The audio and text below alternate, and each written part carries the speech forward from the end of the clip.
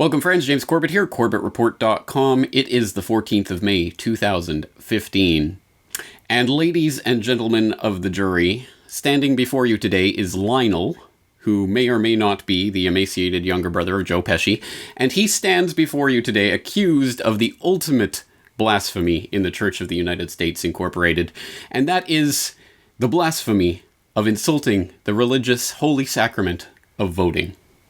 And I present to you as Exhibit A video that was posted to YouTube on April 14th, 2015, entitled The Lesser of Two Evils is Still Evil, in which the accused said, "Don't vote. You don't have to vote. I tell you right now, I'm not going to write anybody's name. It's impossible to even have a president who could do anything in the first place if I even wanted that person to do anything." Lionel, this is a very serious accusation, as you know. As I say, this is insulting the most revered and holy sacrament of the Church of the United States. Please, what can you say in your defense in this case? Well, first and foremost, there is an illusion, a delusion, an allusion, perhaps, where we are given this myth of choice. And I was trying to think of a way of looking at this. Imagine, James, we go into a buffet.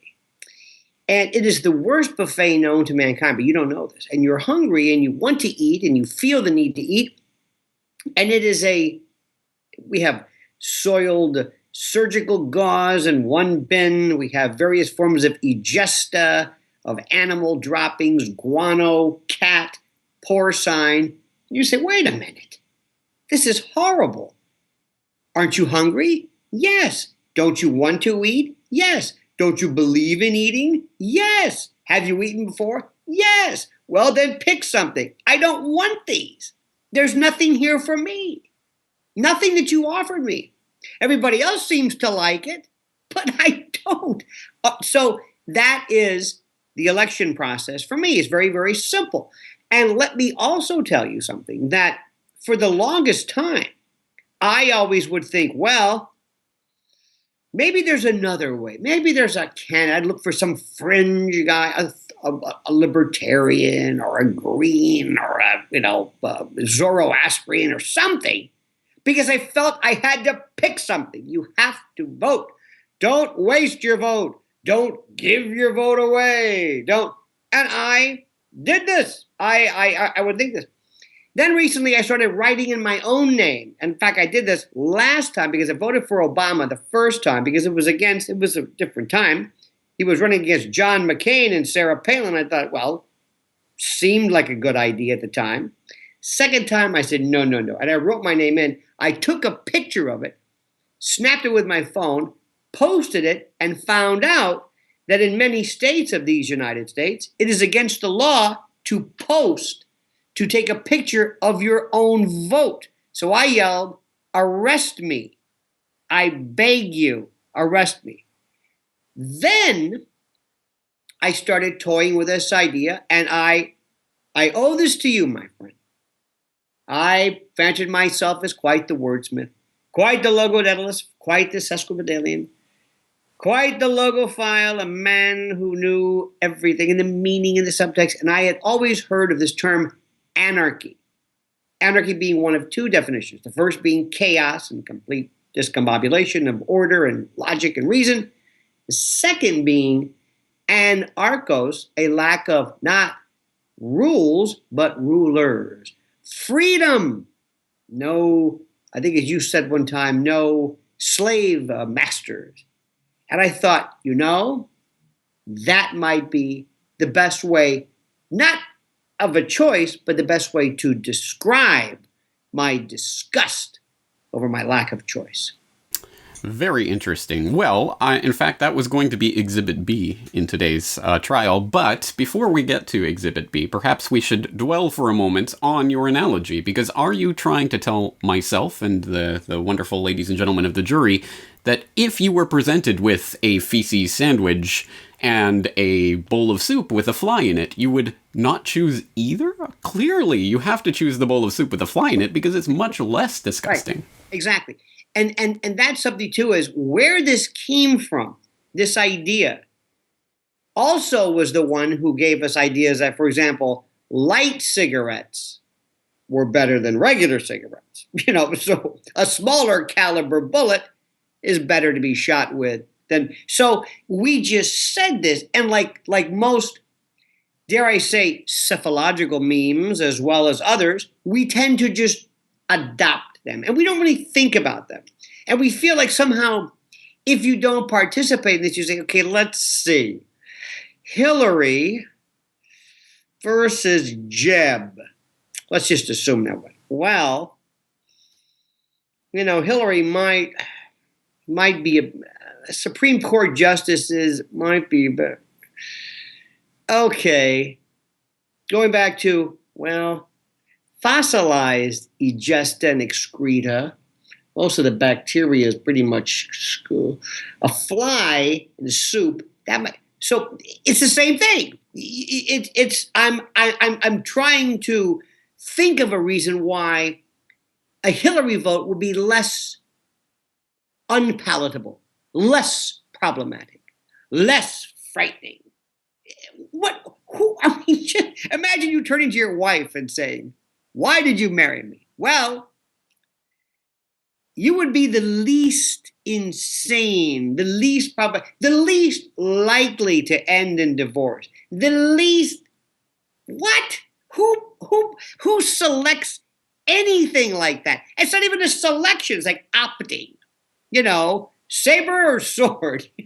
Maybe. So the whole notion of selection, election, choice is completely thrown out the window when it comes to this. And what is a bigger problem in this country, James, that people don't understand, is that there is the illusion, again, of choice. That there are substantive, real, palpable, tenable, actual differences between Democrats and Republicans at that level. That if you won from column A, you will get for example, if I could have a computer where I could put into the computer tape a Hillary, let's just pick Hillary and Jeb. Not that they're going to be the choices, but let's just assume. And I were to put in this thought experiment, I would put Hillary in the algorithm, run the tape, look into the future and say, aha, this is where we would be. Throw in a Jeb, this is where we would be. There would be such an appreciable difference. And more importantly, one would be so much better than the other, not less worse. Again, we go back to that whole issue. The two would be virtually identical. And that aspect is so antithetical to the way most Americans think. They cannot understand. What do you mean they're the same? American politics at the presidential level are scripted in 25-year increments, maybe 25, 50 year. And if you don't like Hamlet, don't worry about Kenneth Branagh's version of this or blame Billy Shakespeare. He's the actor. It's not his saying. You may enjoy yourself more, but the essence of the play has already been written. That goes more towards the absence of choice than anything else. And by the way, notice my Christmas mug for you, sir, to really throw our YouTubers off. Yes, well, we will direct the listeners to this conversation to the YouTube version so they can appreciate that Christmas mug in all its glory. But, okay, so let's step back for a moment, because it sounds like you have had quite a transition over the past 8 years. If you've gone from voting for Obama to writing in your own name to now declaring yourself an anarchist, that is a huge transition. And it's in transitions like that I think those are the most interesting things to explore. So what was it 8 years ago that made you, or 7 years ago, whenever it was, that made you believe that in the hope and change of Obama? And what was it that convinced you that hope and change was mere bunkum? Well, first of all, one was history, my own history, reflex, pattern, memes. I've always voted. I used to always say this. I've never missed a vote since I was 18 years old. I've never missed a vote. I liked voting. I liked the process. And by the way, let me just say something. Local level voting is absolutely real. School board, mayor, even governor. Oh, there's some differences. Big time differences. You can actually see real tenable options. by virtue of the fact that just maybe the forum is different and the plate is different, so to speak. But when it came to Obama, I thought, well, this is historic. The first African-American president. This is terrific. Seemed like a nice guy. Loved his rhetoric. Absolutely loved. I mean, I always thought politicians lied, especially after Clinton. But I thought, okay, again, it was almost like trying to negate a possible McCain-Palin vote. I liked the idea. Though I was wondering at the time, saying, hope and change, what does that mean exactly? What is that? Hope, what doesn't change? Hope he doesn't change? Hope and change? Simultaneously, hope, comma, change? Or hope and or change? Didn't really think about it. Got caught up in the moment. Caught up in that feeling. I was coming a little bit still past the terrible shock of 9/11, which really screwed me up. I thought, maybe we've got a chance to really go. Well, that didn't turn out.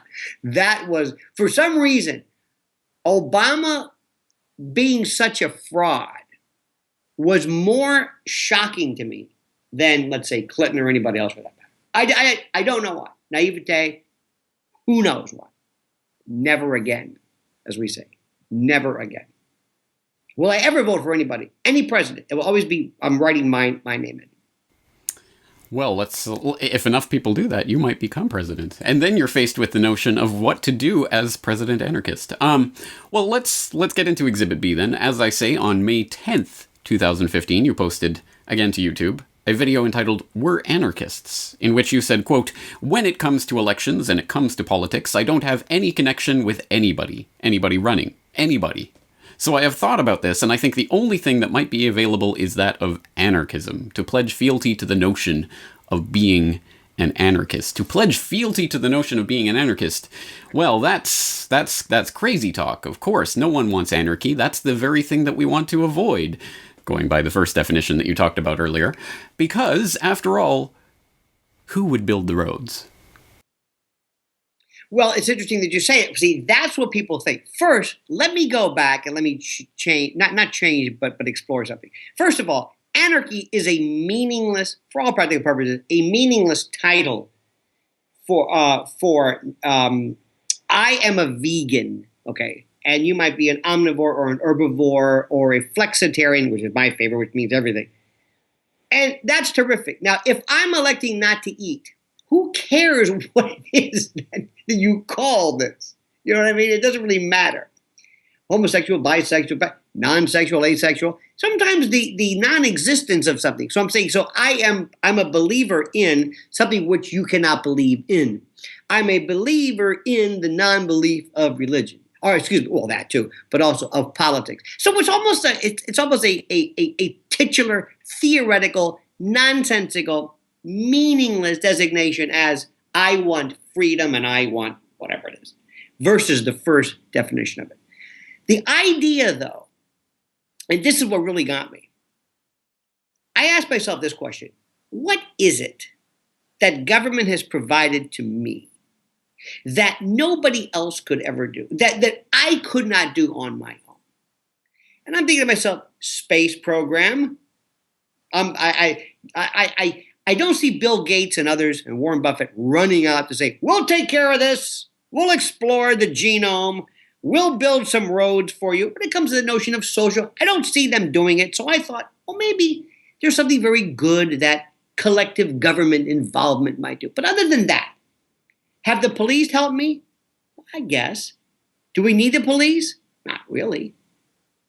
Did societies ever exist without police? Yes. What about kibbutzim or certain revolutionary Spain during the revolution? But did civilizations ever exist without something called government? The answer is yes. Where have I been benefited from government or anything remotely resembling government? What? I'm oppressed. I rail against it every single day.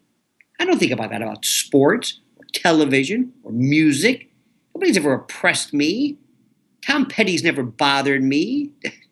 the new Tom Brady may have his problem with underinflated footballs, but it never bothered me. I never felt that my life was being crushed by the heel, the boot of sports or anything. No, it's government in one form or another telling me what I can and can't do, taxing me, oppressing me. What is it that I'm hanging on to? In order for me to say goodbye to government, so to speak, in this crazy thing called anarchy, in order for me to say I'm going to somehow do this on my own, what am I giving up? What is it? So people say, they always say, well, we need stop signs, and yes, we need somebody to pick up the garbage. I think, is that really it? It's funny, James. Whenever people fight for government, it's the littlest things. Garbage, police, directing traffic, not education, defense, the courts. They don't say that. It's always the little things. So I rail against another form of oppression every single day of my life. So my question is, what am I hanging on to? What is it that I'm so beholden to that I don't ever want to see? Goodbye, Capitol Hill. What? What is it that I'm, and I'm a lawyer by profession, and I swear fealty to the Constitution. And I don't want rebellion or violence, but I got to ask myself, what is it that I'm so beholden to? What was I voting for? You raise a good question, but I think I'm going to rephrase the question a little bit, because you ask if I can rephrase, what service does the government provide that could not be provided not by myself per se, but by another group, perhaps one that doesn't proclaim the legal authority to impose violence in order to enact their will? Can it be done where people engage services voluntarily and disengage with services voluntarily if they don't want them? Can we imagine such a society? And it's interesting you raise a couple of specific examples of things that people cannot imagine being done without government, such as a space program. Although there are things like SpaceX and Elon Musk and the various prizes that have been given for trying to get the first private vehicle into space. So there are actually steps towards that. You mentioned the mapping of the genome. In fact, it was private enterprise that was the driving force behind that, and that basically allowed that project to be completed well ahead of schedule. So in fact, there are a lot of things that are done without the need for government imposition of its monopoly of violence on all of us. And I think maybe that's the way to frame it to get people to understand this, that government at the end of the day is just something that is providing various services to the public, but they are providing them at the end of the barrel of a gun, an implied threat of violence against everyone who lives under their so-called presumed authority.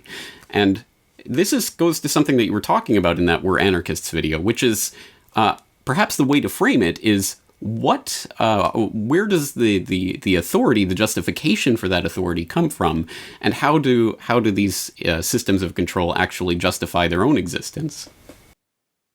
Well, yes, that's excellently phrased. I'm always a fascinating, or it's always fascinating to me, the notion of government and power. Again, being a lawyer, seeing the way this thing works, and seeing how this system of especially trials, and how people, which is very interesting, the jury is kind of us. The judge takes the verdict of the jury and then imposes a sentence. But when it comes to the best part about trials that I always liked was the jury. When individuals would sit there, they'd be very, very smart. It's so funny. Ronald Reagan said, the worst thing in the world you could ever hear is, I am from the government, or government, as he would say, and I'm here to help. And if ever you would say to him, well, why don't you just remove the government? No. That's just an expression. I don't really mean that. I don't mean to. See, one of the things which I find so interesting is this notion of, in law, there are two notions, two crimes: malum prohibitum, malum in se. Malum prohibitum are crimes or wrongs that are wrong because we say they're wrong. Not filing your taxes, running a red light.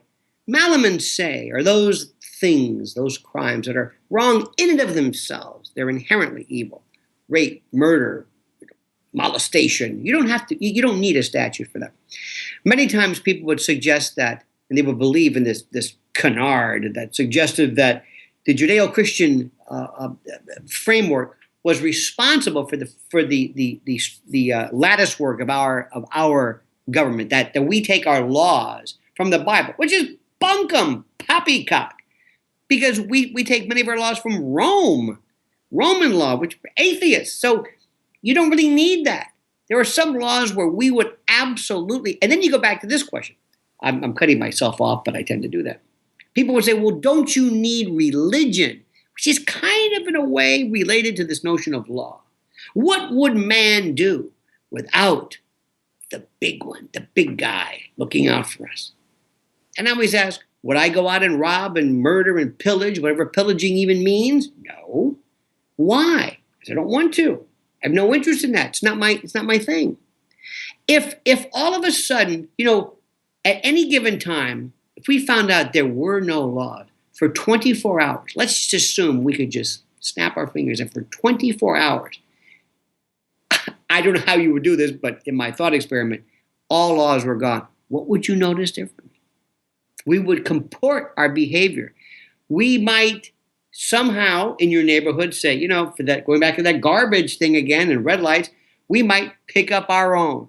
We might have citizen watch groups. We might use an inherent right of arming yourself to protect ourselves. We might somehow collectively on our own figure it out. And we'd be amazed at how good we were at figuring it out. Because when you turn something over to the government to figure it out, it's another group of people figuring it out. And what I'm saying is so heretical to the way we think in this country. For you to say anarchy, you think of somebody wearing Birkenstocks and socks, always together, long hair, throwing a trash can through the window of a Starbucks during some G8 or whatever. Where did that come from? Anarchist is like atheist. When you say atheist to somebody, they imagine this. It's almost like a cyborg. It sounds like an alien atheist. So again, if I were to say, okay, we're all for anarchy, it doesn't really mean anything because there is no, you don't have the Department of Anarchy, which is an oxymoron. But your point's so let's bring in some of the history of that term, because it's not a term that sprang out of nowhere. It has a political history to it. And to be fair, a century ago, there were self-described anarchists who perpetrated a number of high-profile assassinations, and there were bombings and things that were going on in the United States under this flag of anarchism. So it does have some of those connotations because of certain historical connections.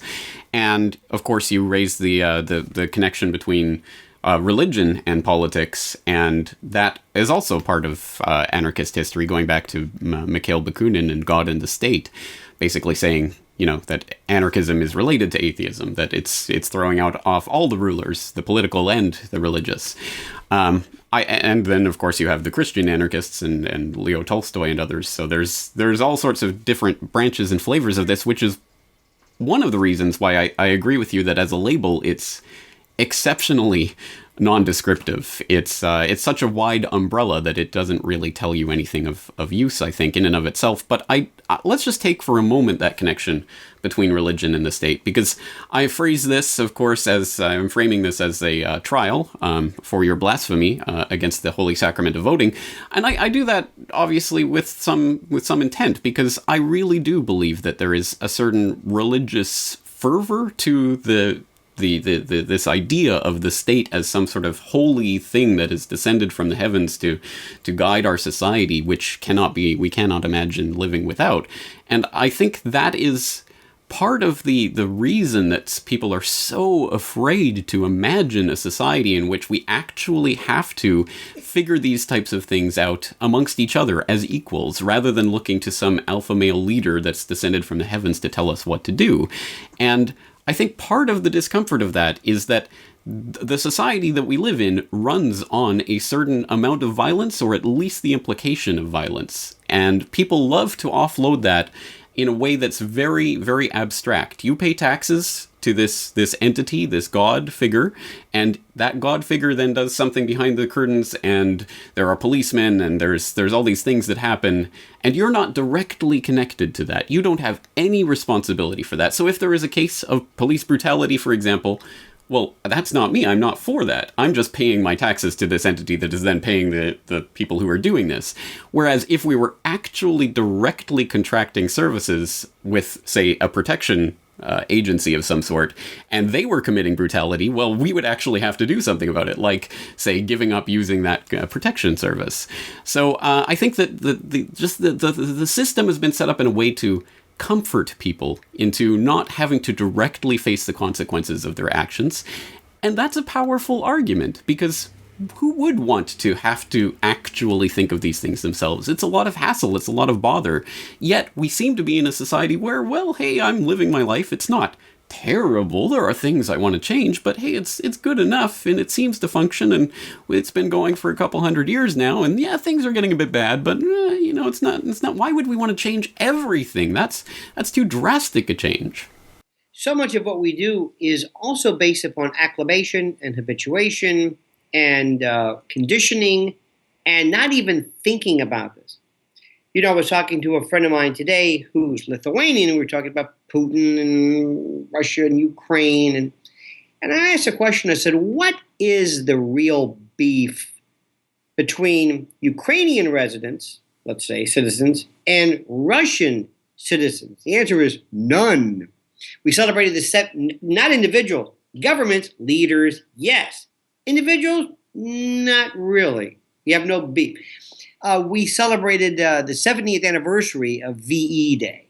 It's the most horrible story. I read a statistic that it boggles my mind, if it indeed is true. So I'll say that with this proviso. But Russia really won, if you will, the Eastern War, the European War. Americans won the Pacific hands down. But in one particular year, those Soviet men born in 1923, 80% of an entire group of people born in 1923 were lost in World War II. So the number. So my question always was, what beef did German citizens have with Russian citizens? The answer is none. Did they ever, did the Cossacks ever go? No. What beef do we have with anybody? So the question is, why is there this problem? Because of governments. Americans still can't figure out Vietnam. What was Vietnam about? 58,000 Americans killed. Why? How many Vietnamese killed? Yeah, but not even done yet. Going back, and this American exceptionalism also, this Saving Private Ryan, version of everything. More Russians, going back to World War II, more Russians died per month in the 4 years of the war than all Americans died in toto. And that doesn't mean that in any way you're going to, stack Americans or humans like cords of wood. The point is, governments brought us that. People didn't. We had no beef. What is it that we cling on to? What is it? Right now we have Obama talking about TPP, about trade agreements. Who is following us? Who is surveilling us? Who is taking all of our metadata? Private industry makes some wonderful things. Our cell phone. Private people did this. Well, at least ostensibly private. Gadgets, gizmos, things to sell. What did government do? Took the data and sucked it up like a vacuum cleaner. Not people. Government did it. Our government. What is it that's the problem? So now we're fighting about who gets to watch us, who's listening, the Patriot Act. So again, it goes back to every single time. I read the paper every day, the proverbial paper, the virtual paper, and I rail against another thing that these people are doing. And then you turn to me, not you, but the royal you. At the end of the day, after I'm fighting yet again more oppression, more, constitutionally bone-crushing savagery on my personal freedom, my liberty. And then you ask me, by the way, who's your choice for the next warden, the next jail keeper, the next... What? Why? How about undoing this? Freud talked about undoing. There was this wonderful thing where people who had OCD, they were washing their hands. Freud said they're undoing something. This is trying to think about some way of we have to, I guess, through some ablution or something, undo, untether, pull that, get this like silly string. We've been sprayed with this. So how do you do that? Voting in new people is not going to change anything. I'm going to get Patriot Act 2. And each successive version of Hamlet, each new actor, tends to pick up where the predecessor left off and is either even more draconian. So call it what you want, but you're asking me, not you, but are asking me, vote for another one to continue this? George Carlin said, if you vote, you can't complain. Most people say, if you don't vote, you can't complain. No, you're perpetuating this. So, again, if this is anarchic in my theory, what do I do with this? I continue to write my name in the ballot, as I will do until I die. Because I cannot ever see me voting for anybody from any party. Look at our choices. Bernie Sanders. What is Bernie Sanders? He's the least offensive form of excreta in the buffet. Maybe he's a bit quirky. He's a bit different. I mean, and people are lauding. Elizabeth Warren. Oh, saints, Elizabeth Warren. What is she offering? I don't know. She seems nicer. These aren't even choices. It's the illusion of choice. So call it what you want. The lesser of two evils, three evils, whatever. I'm still waiting. I don't think someone said, I think it was one of the Berrigan brothers, if voting mattered, it would be illegal. The very fact that somebody is being considered, by definition, James, eliminates them from consideration because they obviously are somebody who has been selected, and that is ipso facto evidence of the fact that they're part of the team, so to speak.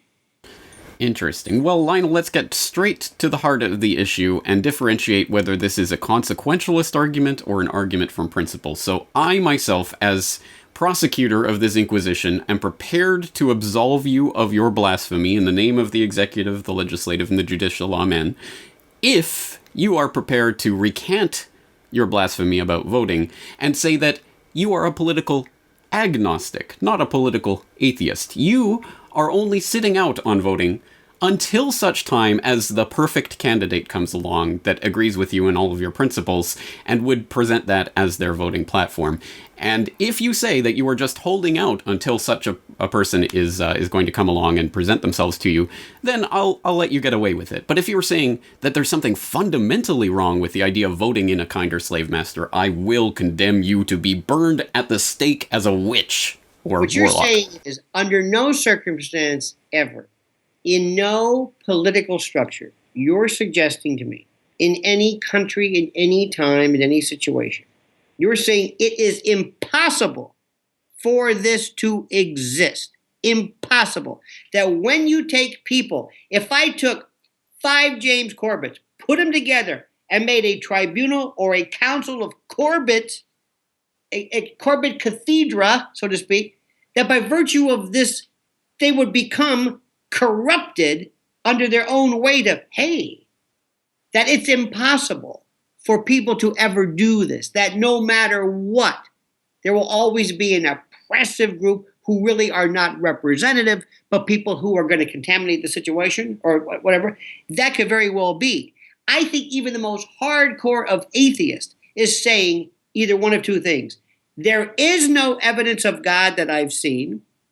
I don't believe there ever will be any evidence. But if I'm wrong, which I do not believe I am, but if I'm wrong about anything, I will obviously change the way I think.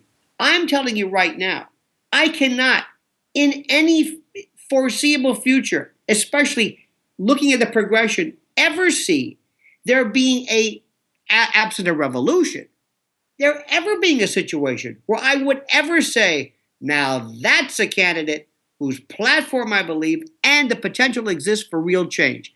Cannot see that, ever. Not that it won't happen. I just can't see it. Interesting. Well, it still sounds like you're making a consequentialist argument. And I would say, even after a revolution, I'm still not prepared to vote for any candidate to rule over me. I don't want a kinder, gentler slave master. I want no slave master at all, which is still very difficult to imagine. And I will concede that the real problem with that philosophy is how we proceed from our current statist society to a statist, non-statist society. That transition is the difficult part of all of this. What is, under a Corbett way of thinking, do you just sit out to dance forever? I guess that seems to me what I'm going to be doing. Certainly, I'm not going to dance in order to try to dance the state into committing seppuku. I don't think that's going to happen, and I can't imagine a way in which that will ever happen. I understand that there is a genuine debate to be had between those who think that we should use the political system to at least educate people about why the political system is itself fundamentally flawed. So you have people saying, Ron Paul is a crypto-anarchist, and he was trying to educate people about freedom, and he succeeded. So I know there's a debate to be had about that and the value of that, but personally, I don't want to touch that political arena with a 10-foot pole, because I don't think any solution is going to come from that in any form whatsoever, and we have to demonstrate that we do not need the political system or entangle ourselves with it in order to bring about changes, real changes in society and in our communities. If I could snap my fingers and create something, I would love the following one night. CNN, Fox, MSNBC, whatever, Reuters, out, who knows? You're watching, and they keep going to the tally board, and it's zero. Nobody has voted. No one. And they're going to say, wait a minute, let me check this again. And they're worried about, forget Diebold or those electronic. Nobody voting. And voter polls. We said, James, we're live right now at the First Baptist Church, and there's no one here. Now, that would be a dream come true. What would happen? You would not even have nothing. That would be a dream, because that would say, we reject the notion. We reject. What are you doing for me? That's heaven to me. The problem, and this is the sad part, my lack of faith, in addition to having a lack of faith in the system and politics, but my fellow Americans, I am woefully so upset over. Because inasmuch as you and I can sit here all day long talking about how we have pretty much thrown in the towel from a political or psephological point of view, we have teams of people who love this, who truly believe, who go to conventions, who have different colors, blue and red, and they wave flags. And I don't know who scares me more, the slave master, as you would say, the politicians, or the slaves themselves, who I have to deal with and pose more of a threat to me than the politicians. Because if we didn't have these other people, none of this would happen. So and every single day, it amazes me what Americans are fascinated by, what they believe in, and how many times must they really think, or must they observe the fact that's evident to me, that the left-right paradigm is an illusion. Forget the election, forget the slave master, but there's this choice, that Hillary versus Jeb, this coin where you flip it over, it's the coin, it's the same. It's just this illusion, this fantasy. I'm not sure what frightens me more. Because I think if you were to pull Hillary aside, or Jeb, or Ron or Rand Paul, they would say, I know it's all BS. I understand that. But they don't. They believe in this. It's professional wrestling to them. It's the heel versus the baby face. They honestly think there is a good versus evil, and that people like Obama are bad, depending upon where you are. So, well, yeah, and there's a lot to be explored there. For example, deconstructing the ridiculous left-right fantasy as a way of introducing people to the greater concept of freedom generally, I think is probably a useful way of proceeding if we are interested in persuading people rather than simply talking in vague terms about general political philosophies. But that's probably another conversation. Lionel, any final thoughts before we wrap up this Inquisition? Yes, I must ask you this one question, and this is just out of my own curiosity. What was your moment? Did you have an epiphany moment? Or were you born with this brilliant incredulity? Brilliant incredulity. A good name for an autobiography. No, I certainly was not born this way. And in fact, I did vote in Canada, at least in one federal election that I can think of.